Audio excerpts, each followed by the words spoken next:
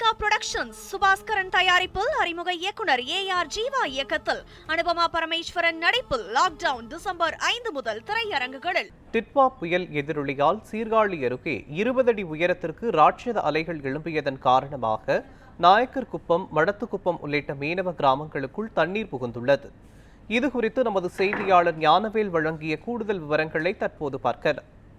வங்கக்கடலில் உருவாகியுள்ள டிட்வா புயல் காரணமாக தமிழகத்தில் பல்வேறு பகுதிகளில் குறிப்பாக டெல்டா மாவட்டங்கள், கடலோர பகுதிகளில் மிக அதிக கனமழை பெய்யக்கூடும் என வானிலை ஆய்வு மையம் எச்சரிக்கை விடுத்துள்ளது.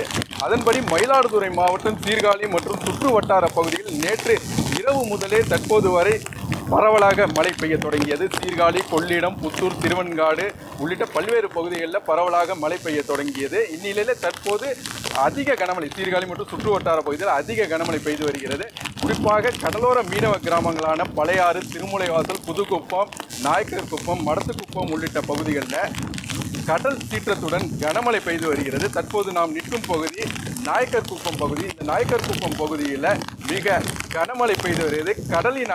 கடல் சீற்றம் காரணமாக கடலின் அலை சுமார் 4 மீட்டர் உயரத்திற்கு எழக்கூடும் காட்சியை நாம் கண்முனே காண முடிகிறது.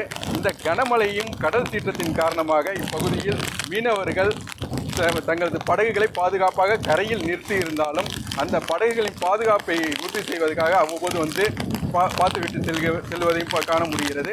தற்போது இந்த கடல் சீற்றம் காரணமாக கடல் தண்ணீர் ஊருக்குள் புகும் நிலை ஏற்பட்டு வருகிறது. கொஞ்சம் கொஞ்சமாக அந்த அலையின் சீற்றத்தின் காரணமாகவும் அலையின் வேகத்தின் காரணமாகவும் கனமழையில் இந்த நாயக்கர் குப்பம், புதுக்குப்பம், மடத்துக்குப்பம் உள்ளிட்ட பகுதிகளில் கடலில் உட்புகும் நிலை உள்ளது. இதனால் மீனவ கிராம மக்கள் அச்சத்தில் உள்ளனர். தமிழ் செய்திகளுக்காக சீர்காழியிலிருந்து ஞானவேல்.